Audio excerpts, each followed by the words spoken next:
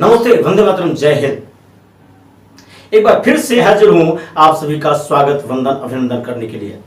बंधुओं, दिव्यांगता किसी को भी हो सकती है, परंतु वह दिव्यांगता उसके किसी भी कार्य में बाधक नहीं होती है, ऐसा मानना है। अगर उसमें दृढ़ इच्छा शक्ति है तो वह दिव्यांगता पर विजय प्राप्त कर सकता है। अब तो जम्मू और कश्मीर में धारा 370 खत्म हो गई है, तो दिव्यांगजन कानून जो 1995 में संपूर्ण भारत में लागू था, वह जम्मू और कश्मीर में 1998 में लागू हुआ। आप सोच सकते हैं, अगर धारा 370 खत्म हुई होती उसी समय, तो जब यह अधिनियम आया उसी समय 1995 का अधिनियम जम्मू और कश्मीर में भी लागू हो गया होता। 1998 में जब यह अधिनियम आया तो अपने एक दिव्यांगजन थे, उन्होंने जो वैकेंसी आई उसमें रहबरे तालीम यानी टीचर गाइड, इस पद के लिए उन्होंने आवेदन किया। वो अपने दिव्यांगजन बंधु सेरेब्रल पैल्सी से पीड़ित थे।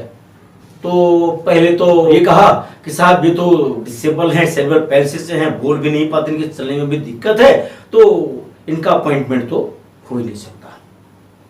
माननीय उच्च न्यायालय के आदेश के डायरेक्शन के मुताबिक उनको जम्मू और कश्मीर में जिस पद के लिए उनकी नियुक्ति होनी थी, उनको अपॉइंट कर लिया गया।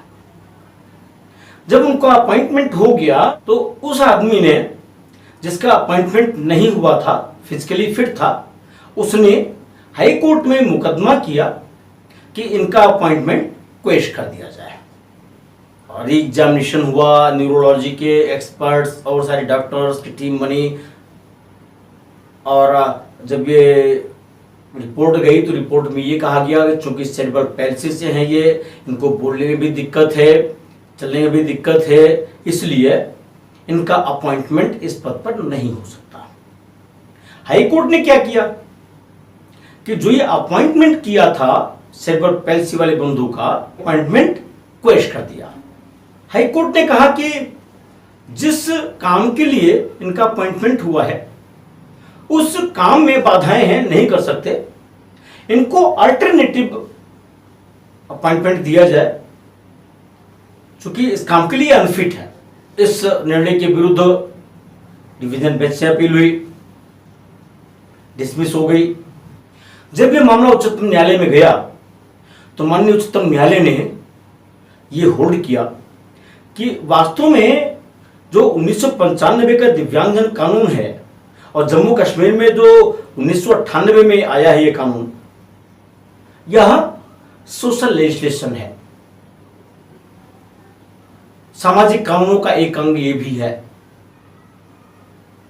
और ऐसे में जो दिव्यांगजन का अपॉइंटमेंट होता है ब्यूरोक्रेटिक एप्थी के तहत नहीं होना चाहिए।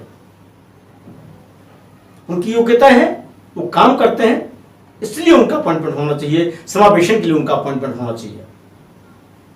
और सुप्रीम कोर्ट ने जब रिकॉर्ड्स देखे और जिन बच्चों को वो पढ़ा रहे थे उन बच्चों ने भी ये कहा था, कमेटी की रिपोर्ट भी थी उसमें, कि नहीं, जो ये पढ़ाते हैं हमको पूरी तरह समझ में आता है, अच्छे ढंग से पढ़ाते हैं, हमें ना तो इनकी बोली समझने में कोई दिक्कत होती है, ना इनके चलने से कोई दिक्कत होती है हमको।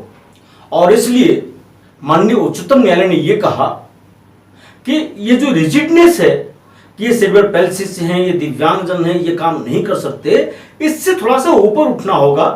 तो माननीय उच्चतम न्यायालय ने माननीय उच्च न्यायालय के आदेश को क्वेश करते हुए ये आदेश पारित किया कि सेरेब्रल पैल्सी से हैं तो क्या हुआ, पढ़ाने में कोई दिक्कत नहीं हो रही, बच्चे समझ रहे हैं, अच्छी तरह पढ़ा रहे हैं, एक टीचर से और अपेक्षा क्या की जा सकती है।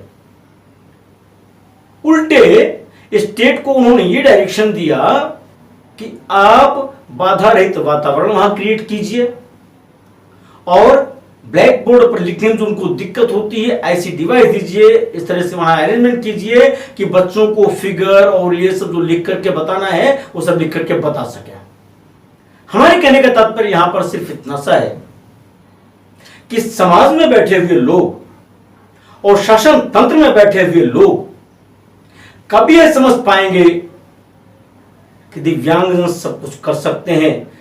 मात्र उनको अवसर देने की आवश्यकता है। और खासतौर से जम्मू और कश्मीर की बात मैं कर रहा हूं, जहां 370 खत्म हो चुका है, उनको अपनी सोच बदलनी चाहिए।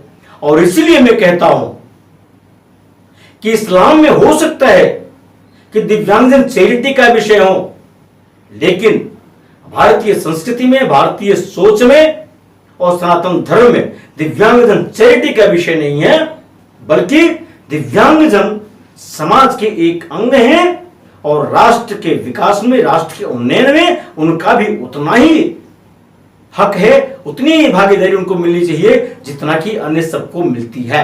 हमें लगता है हमारी इस बात से आप सहमत अवश्य होंगे। अगर सहमत हैं तो देर मत कीजिए। अगर आपने नोटिफिकेशन के साथ चैनल को सब्सक्राइब नहीं किया है तो कृपया सब्सक्राइब करिए, लाइक शेयर कमेंट भी करिए, सो दैट कि यह बात औरों तक भी पहुंचे, दिव्यांगजन भी इसका लाभ उठा सके। बहुत बहुत धन्यवाद। वंदे मातरम। जय हिंद।